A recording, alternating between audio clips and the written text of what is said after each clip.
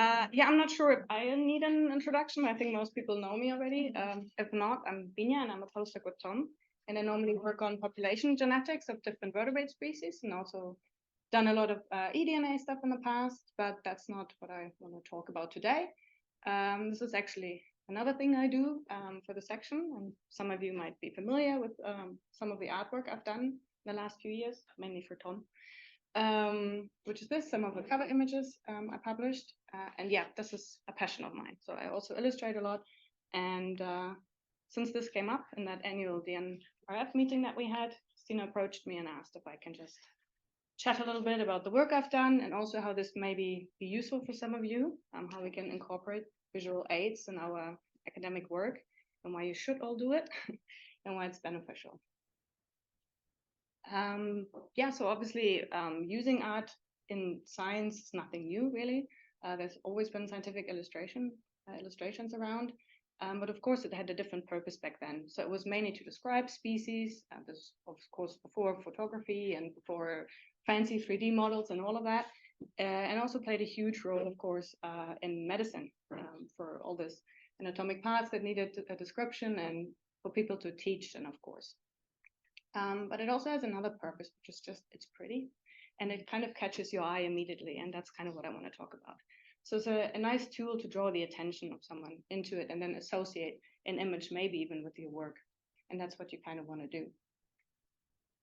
And why is it important? So it basically boils down to this, is that kind of this is how our brains are wired. So visual cues are really, really important. This is what our brain can easily process and can process even faster. And this is also what people remember most of the time. So maybe even back in school, you remember that it's really hard if you have a lot of pages and a lot of text and you can't really focus on it. But if there are images that explain it or simplify it down, then it's easier to remember. Or even when you read a paper, sometimes it's not the paper itself that you remember, but it's like, oh, it's that figure A that I remember that was really cool, or things like this.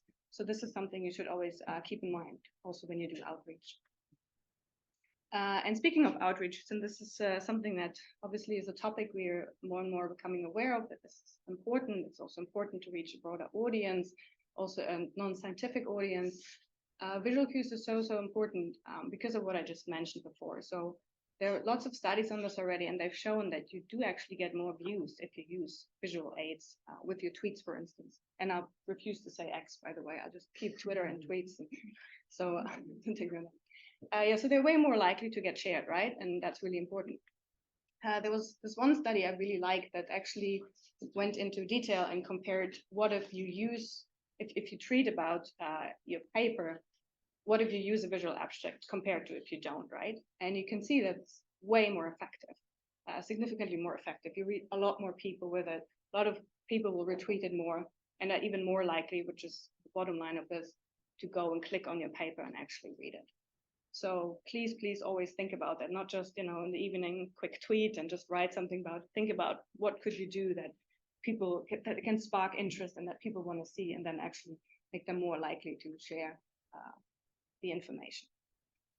And this is also reflected in the altmetric score that some of you might be familiar with, which is the score that kind of summarizes all the public outreach you have and how effective this has been on all these different platforms. And this is something that is getting more and more important in our field. So it's not just citations, it's not just the impact factor and the age index. This is another thing that's really valuable now, especially because we have produced a huge amount of papers now, and it's really hard to find the paper you're interested in.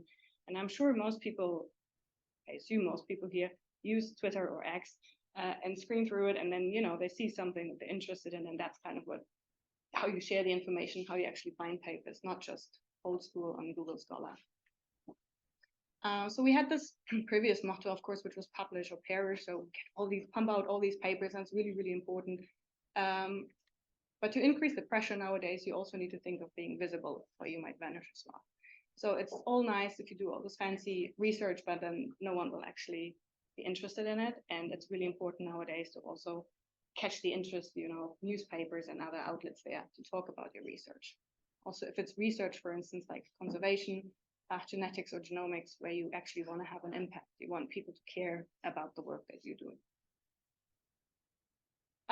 So this is kind of what I I said before, is why you should use visual aids, but then what can these visual aids actually do for us, right? So the one thing I made clear already is that they can grab your attention, right? So they can attract and maintain the interest of your audience. They can break up the monotony of text and these endless papers that you have to read. And one thing that I personally find really important is it can also stimulate your senses and kind of evoke emotions.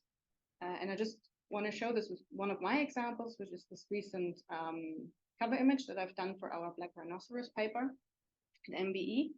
And the whole story was basically, it's about genetic loss and all these nice things. And when I was thinking about how do I want to design this, I was like, okay, what do I want, right? I want people to care for the rhinos. Like, I really want them to be sitting there and sob, and like, I want them to be all sad and stuff. So I was like, oh, let's put a cute baby rhino on. And then it looks sadly into the reflection and sees its ancestors or through his family, and they're all dead now, and the sun is setting on the rhinos, and you get all of that, right? And I want this feeling because I want people to care, and I want people to be like, oh, this could be interesting. I want to read about it. And I could just write this all down, which I've done, obviously, because you have to write a fancy description with fancy words when you submit a potential cover image. But it's not the same, as you can see. Like, you can read all this, and yeah, it's nice, fancy language, but it's not the same as seeing an image. Like, it's so much more effective. Then the second point I want to mention is, yeah, obviously visual aids can clarify and simplify. I think that's what most people here use them for. We have this complex jargon we use. We have difficult research we've done and difficult concepts behind it. And then you kind of want to break it down and make it easier for people, easier for your reader in a paper to follow along and to reduce the cognitive load and confusion. Another point is that they can reinforce and emphasize, of course. It kind of goes along with the first part, I feel. So if you have an image like this, you can kind of create a long-lasting impression. I've had that with a number of my images for the journals, that people are like, oh, I remember this journal, and that's why I remember your study. Like, it's so strongly associated with that image, and that helps a lot. And another point I want to make that I also find as becoming increasingly important is they can help you to get credibility and just look professional. Like, if you go the extra mile and you produce high quality images, people actually care. Like, people really like it. They, are drawn to these papers. Then they also feel like, you know what you're talking about, and they appreciate that you put that extra effort in to help them guide through this. It's kind of the same way I feel like how logos work. So if you also create a logo, maybe even for your group or as a PI or for grant applications, people think that, they know their shit, kind of like it looks professional, and it has the same function as, if you wear glasses, people think you're more intelligent, or if you have the lab coat, people are like, oh, I trust this person, of course. So if you have these fancy figures, it also helps. And the last point is something I think you're also aware of. In presentations, you can always put them in to break it up a bit and create interaction and feedback from your audience. So here are a few points that I've listed that I think where we could all improve a bit, or where visual aids can be really important. So the main thing I think is just illustrations for our graphs and figures and papers. That's one thing. Graphical abstracts, of course. There are a number of journals now that actually make this mandatory. So that's something people should think about, and it now kind of, takes over the function of the normal abstract that we had before. That's when you just read it and you're like, okay, now I'm going to read the paper, but no one has time for this anymore. So now we actually look at an image with a graphical abstract and like, okay, now I really want to read the abstract of the paper and then read the paper. So that's something. Conference posters, of course. If they're in a room with hundreds of people and hundreds of posters, you have to make a quick decision. What's the one that stands out? What's the one that's interesting? And it's not about the number of lines you have there, the text and all of this. It's really attention seeking. Like, you need something that you're like, oh yeah, this could be cool. And then you actually talk to the person in front of the poster rather than reading the actual poster. I think not a lot of people do that. Another thing is journal or also thesis cover images, as I explained before. And just a story from my thesis that I've done over the years. So I've always illustrated my own thesis covers. And it's another point to start a conversation. So I actually overheard the people marking my bachelor thesis talking about the image I used, and they were already so pleased and so excited to read my thesis just because I put an image on it. And that kind of, since they're marking your thesis, it's good to have them already on your side and they're kind of positive about it. And what I mentioned before, group logo, website banners, everything on social media can benefit from a professional looking figure. Just due to time constraints, I cannot go into detail how to, improve all of these different points I made. So I just want to talk about scientific illustrations in general, since this is the most common way that we, use figures, or something that people use most often. These are just a few figures I worked on over the years. And an example could be, for instance, if you break up a phylogenetic tree, obviously use colors and things like this, but also it's really nice if you add your study species on it, and people immediately think this is kind of cool, it looks interesting. It can also help to clarify. So if you have boring looking haplotype networks, for instance, and you have the same species complex that you work on, and you use all these Latin names in your text, you're obviously in your study and you know what you're talking about, but the people that read it might not be. So it's nice if you actually associate an image with each of the different subspecies, and then you're like, okay, now I know what you're talking about. And one example in particular that I thought would be interesting to talk about is this one, because there's another issue that people are not often aware of, which is copyright. So a lot of the work we do is very niche and very specific, and you cannot always find these license-free vector images that you might want to use in your graphs, and you shouldn't, because obviously they cannot publish this if it's a copyright issue. And we had this study, Tom might actually remember this, from the Home Ethereum, where a collaborator had this nice idea and the concept for the figure that he really wanted in the paper, and he used just Google searched images. There was submission process already, and the journal was like, oh, what about copyright? And then we were like, shit. So we had this figure and we needed to fix it up ASAP. So I just drew all of this myself and was like, okay, then that's fine. We don't have a copyright issue, right? We can put this in. And it also kind of made it look a bit more cohesive and easier to follow. But then you could, of course, say, well, that's all nice and well, Binia, but I cannot draw, of course. And this is even for me how every art tutorial goes. Obviously draw some circles and then draw the rest of the fucking hell. And I do understand that, I really do. But I still want you to think about that it doesn't always have to be the fancy owl that you have to put in. Sometimes you can really, and that's what every artist does in the end, go down and, get more abstract. And you just think about, what is it that I want to show? Simplify it, use easy shapes, break it down. So that's one way, of course, to think about it. And you decide how much effort you want to put into it.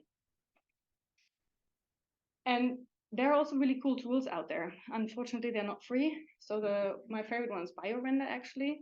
That's been created for exactly this purpose. You can publish everything on it if you have a subscription. They also have subscriptions for labs, so multiple people can use it. And it only takes a few minutes to create a really, really nice and fancy graphic with this.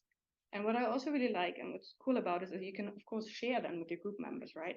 So if all of them work on chickens, for instance, and everyone uses the same chicken figure, and you go to a conference, multiple people present, it's quite easy to be like, oh yeah, this person is from this lab, right? Like you can associate that again with it. And not everyone has to spend so much time on fancy figures and, can focus more on research, for instance. And another one is Mind the Graph. And another reason why I kind of want to stress that it can be beneficial to do your own illustrations or figures is just money, really. So journals have already identified that there is a gap now. And of course, we're researchers, we do teaching, we do research, we go to the lab, we have to write, and now we also have to be, illustrators and graphical designers at the same time. No one has the time for that. So you could pay a lot of money for this and do this, and then you end up with something like this. So this is actually really on their page as examples for it, which I think is okay. It's, but it's average. Like I wouldn't pay this much money for that, really. Everyone here in the room, I think, is capable of doing this, right? So think about that. And is it really worth it? Maybe it's, more worth it to invest into BioRender, something like this. So I hope with this, I convinced you that it is important to think about visual aids and that there's a lot of opportunities there to kind of combine science and art together. It helps with public outreach a lot. And of course, I also want to use this to advertise myself a little bit, if it works. Yeah, so I also do this, of course, and if anyone needs help with something that's completely lost, you can always talk to me if the time allows it. I can help you with this. Thank you. Thank you.